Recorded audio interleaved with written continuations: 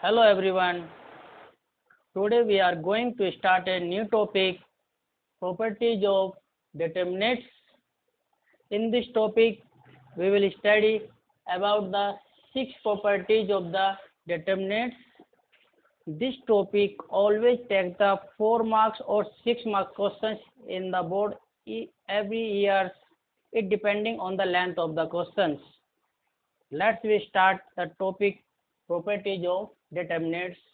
Our first property is if a row or columns if a row or column are 0, then determinant's value is 0. Now clarify it by taking examples. Let's take 1, 3, 4, 2, 0, 1, 0, 0, 0. So here we have examples. In this, the row R3, all elements of the R3 are 0. If you calculate the value of this determinants, you will get the answer 0. अब try करना, तो इसकी जो value आएगी वो आएगी determinants will be equal to 0. So this is the first property of the determinants. If the all elements of a row or columns in a determinant, then the value of the determinants will be equal to 0. Now, on second property, determinants equal to determinants transpose. Confused? This property says that if all rows or columns are interchanged or change or make a transpose of the determinants, then the value of the determinants will be remain same. Now take examples.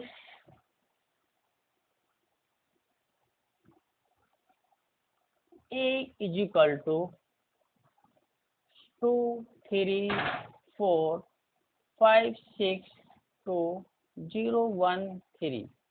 This is a determinant. If we transpose each and A transpose equal to, first of all find out the determinants value. If we expand this along the R1, we have 2 into में 6 3 जा 18 minus 2 minus 3 and this is 15 minus 0 plus 4 into में 5 minus 0, and this on calculated this will be 18 minus 2 is 16 to the 32. This will be 15 3 ja 45 and this will be plus 20. On solving you have 52 minus 45 is 7. The value of determinants is 7. On transpose, E transpose equal to 2, 3, 4, 5, 6, 2, 0, 1, 3. The value of this determinants is 2 into में 6 3 जा 18 minus 2 minus 5 3 3 जा 9 minus 4 plus 0 is 0. So this will be 32 minus 25 and this is also again 7.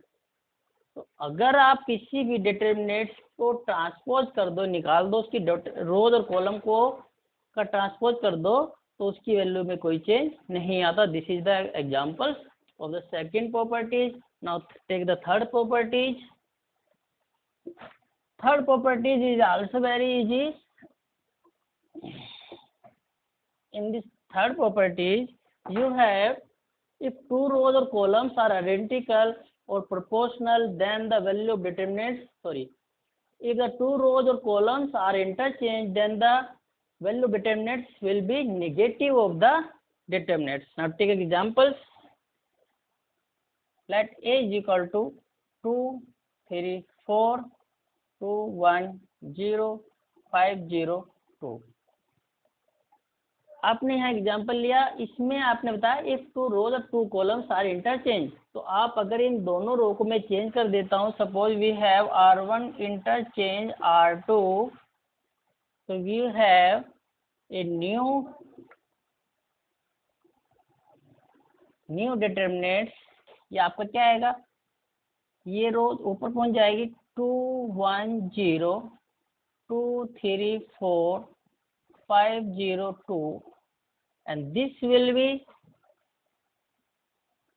तो value of this determinants will B क्या आएगी, 2, 2 minus 0 minus 3, 4 minus 0 plus 4, कितना आएगा, 0 minus 5, and on calculating you have 4 minus 12 minus 20, and this will be minus 28, and determinants of new,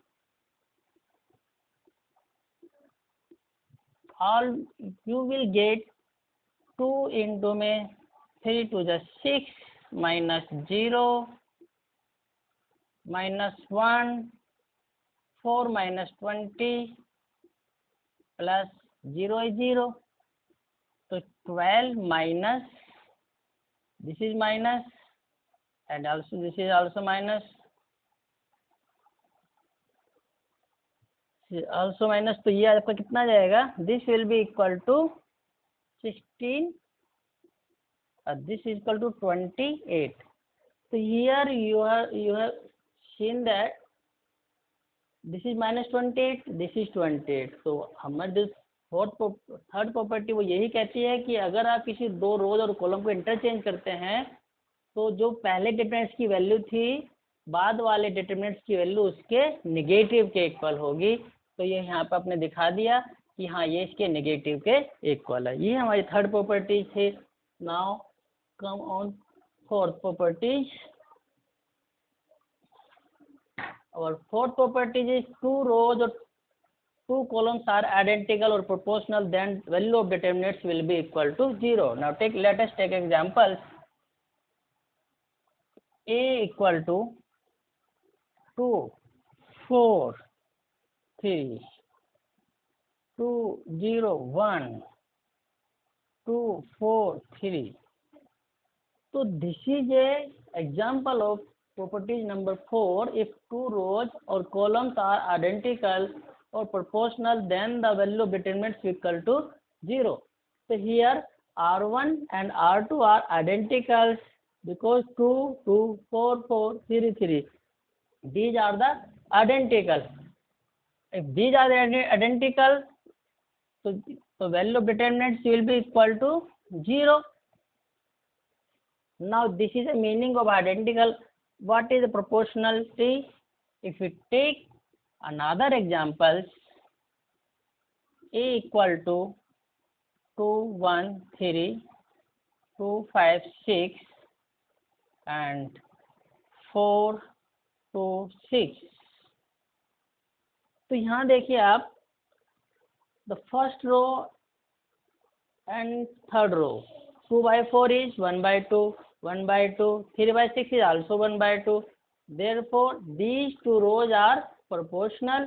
Therefore, value of determinants is again 0. So this is our fourth properties. Now we are discuss the properties number 5. In fifth property, if each element of a row or column of determinants is multiplied by a constant k, then the value of determinants becomes k times of the determinants. Now take examples. A is equal to 2, 1, 3, 5, 0, 2, 1, 3 2. This is a determinant. Now we multiply any rows, each element of a row. एक रो के बारे में बोला, एक column के बारे में बोला, तो आप लेट इसको आप R1 को गेट कर लीजिए 2 टाइम्स ऑफ R1, तो आपका नया डिटरमिनेंट आ जाएगा 413502 ये आ जाएगा इसका नया डिटरमिनेंट। तो जब आप इसकी डिटरमिनेंट्स की वैल्यू सपोज करो, value of this determinants is P on, और जब आप इसको कैलकुलेट करेंगे on calculating this value of this determinant, this also will be equal to 2 times of P।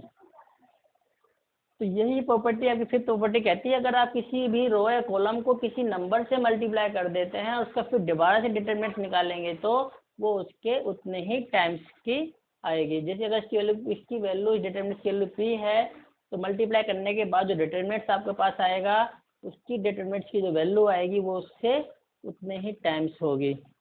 Now 6 properties.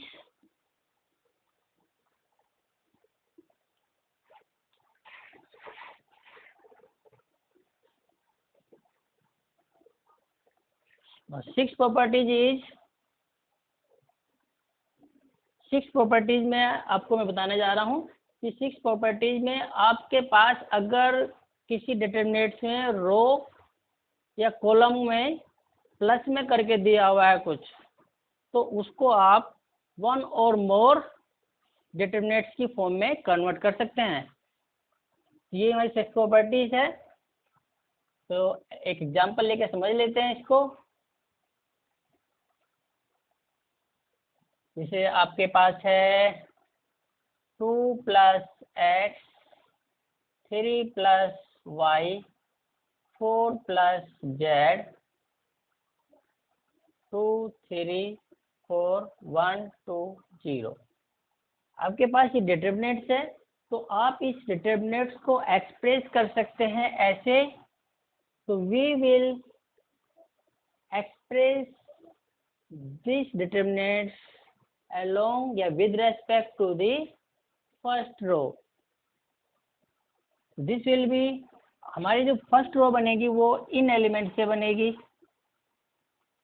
2 3 4। बाकी दोनों रो हमारी सेम रहेंगी, कोई चेंज नहीं आएगा। 2 3 4 1 2 0। अगेन प्लस, अगर यहाँ प्लस है तो प्लस लगाएंगे, अगर बाकी सब में माइनस है तो माइनस लगाएंगे। सभी के साइन सेम होंगे। यहाँ पे फर्स्ट रो हमारी बनेगी एक्स वाई जेड से, तो एक्स वाई जेड 2 3 4 1 2 0। तो आपके पास इस तरह की कोई भी डिटरमिनेंट आता तो आप इसको इस तरह से एक्सप्रेस कर सकते हैं और इस फॉर्म में लिख सकते हैं। सपोज करो आपके पास इस तरह से आ जाए कि ये था, और अगर यहाँ पे तीसरा होता, यहाँ पे कुछ और साथ में प्लस होता, तो उसको भी आप प्लस करके अलग से फर्स्ट रो थर्ड वाले से बन जाती, बाकी 2 रो सेम रहती। और एक एग्जांपल और, अगर आपको यहाँ पे यू पी क्यू आर होता, सपोज करो आपके पास इस तरह से होता, तो आप कैसे करते? तो इस तरह के उसमें हम इसको ऐसे कभी भी नहीं कर सकते कि हमने कर दिया 2 3 4 2 3 4 1 2 0 एक्स वाई जेड 2 3 4 1 2 0। ऐसे नहीं करेंगे, ये बिल्कुल गलत है, क्योंकि हमें इसमें पहले हम with respect to first row करेंगे और उसके बाद हम with respect to second row करेंगे। जब हम इसको करेंगे तो इसमें हम, ये बिल्कुल गलत है जो मैंने लिखा है, ये बिल्कुल गलत है। इसको हम कैसे लिखेंगे? पहले with respect to first row लिखेंगे, तो सेकेंड रो पे कोई फर्क नहीं आएगा, उसको हम एज इट लिखेंगे ऐसे, और यहाँ पे भी ये सेम आएगा और ये आर आएगा। इस तरह से लिखेंगे तो आपका ठीक रहेगा। अब इसको दोबारा से दो डिटर्मिनेंट्स इसके बन जाएंगे, दो डिटर्मिनेंट्स इसके बन जाएंगे जब हम with respect to second row करेंगे। तो ये हमारी 6 प्रॉपर्टीज थी। लास्ट प्रॉपर्टीज 7, प्रॉपर्टीज नंबर 7 और लास्ट प्रॉपर्टीज है प्रॉपर्टीज 7 जो हमारी कहती है वो कहती है कि if we multiply a row and add to this some other rows or columns, then the value of determinants will be remain same। तो ये मैं आपको बताने जा रहा हूँ कि 7 प्रॉपर्टीज में जो है आपकी वैल्यू जो है चेंज नहीं होती, वो जो है बिल्कुल सेम रहती है। तो मैं करने जा रहा हूँ उसको, एक एग्जांपल ले रहा हूँ।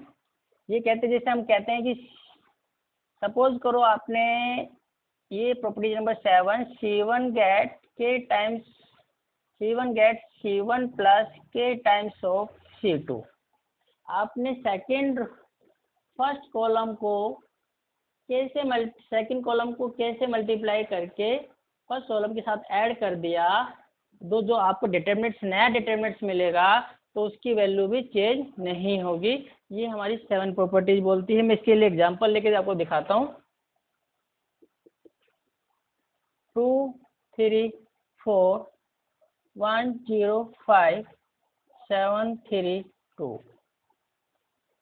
इफ दिस इज ये हमारा डिटर्मिनेंट्स हुआ। अगेन हम इस पे एक प्रॉपर्टीज लगा देते हैं। R1 गेट, ये प्रॉपर्टीज ये नहीं कि कॉलम पे ही लगेगी, रो पे भी लगा सकते हैं और कॉलम पे भी लगा सकते हैं, दोनों में कोई फर्क नहीं है, दोनों में सेम रिजल्ट आएगा। तो R1 गेट मैं सपोज कर रहा हूँ कि इस फर्स्ट रो को के साथ प्लस करता हूँ, सेकंड रो को 2 से मल्टीप्लाई करके। मैंने क्या प्रॉपर्टीज लगाई, यही 7 प्रॉपर्टीज। अगर हम किसी रो को किसी कांस्टेंट से स्केलर से मल्टीप्लाई करें और उसको किसी रो के साथ या कॉलम के साथ ऐड कर दें तो उसके जो नया डिटर्मिनेंट हमें मिलने वाला है उसकी वैल्यू पे कोई भी फर्क नहीं पड़ेगा। तो यहाँ देखिए मैं इसको नया डिटर्मिनेंट ले रहा हूँ, न्यू डिटर्मिनेंट मेरे पास मिलने वाला है। तो इसमें मेरे पास जो नया डिटर्मिनेंट आएगा देखिए आप, तो R1 में हमें 2 से 2 + 2 4 हो जाएगा, 3 आ जाएगा, 2 5 10 + 4 14 हो गया। बाकी सब सेम रहेंगे। अगर आप इसकी वैल्यू निकालेंगे और इसकी वैल्यू निकालेंगे डिटर्मिनेंट्स की वैल्यू, ट्रस्ट में आपका आंसर बिल्कुल सेम आएगा, कोई चेंज नहीं आएगा। अगर इसकी डिटर्मिनेंट्स की वैल्यू आपकी अगर m है तो इसकी वैल्यू भी m ही आएगी, कोई चेंज नहीं आएगा। तो ये हमारी प्रॉपर्टीज ऑफ डिटर्मिनेंट्स थी। आपको समझ में आया होगा, समझ में नहीं आया तो वीडियो रोक के आप देखिए, समझिए और उसके एग्जांपल्स लीजिए और उनको अप्लाई करिए तो आपकी अंडरस्टैंडिंग बेटर बनेगी। नेक्स्ट एक्सरसाइज में हम आपको बताएंगे application of determinants based on the properties of determinants. इनकी प्रॉपर्टीज पर जो एप्लीकेशंस हैं उसके बारे में बताएंगे, उसकी नई वीडियो हम बनाएंगे। तो उसमें जो है वो बहुत इंपॉर्टेंट है, क्योंकि प्रॉपर्टी सीख ली, अब उसके अगर एप्लीकेशन नहीं करेंगे तो 4 नंबर क्वेश्चन हम गवा बैठेंगे या 6 मार्क्स का, वो डिपेंड करता है उसकी क्वेश्चन की लेंथ पे। तो हम जो है नेक्स्ट वीडियो में आपको इसकी एप्लीकेशन के बारे में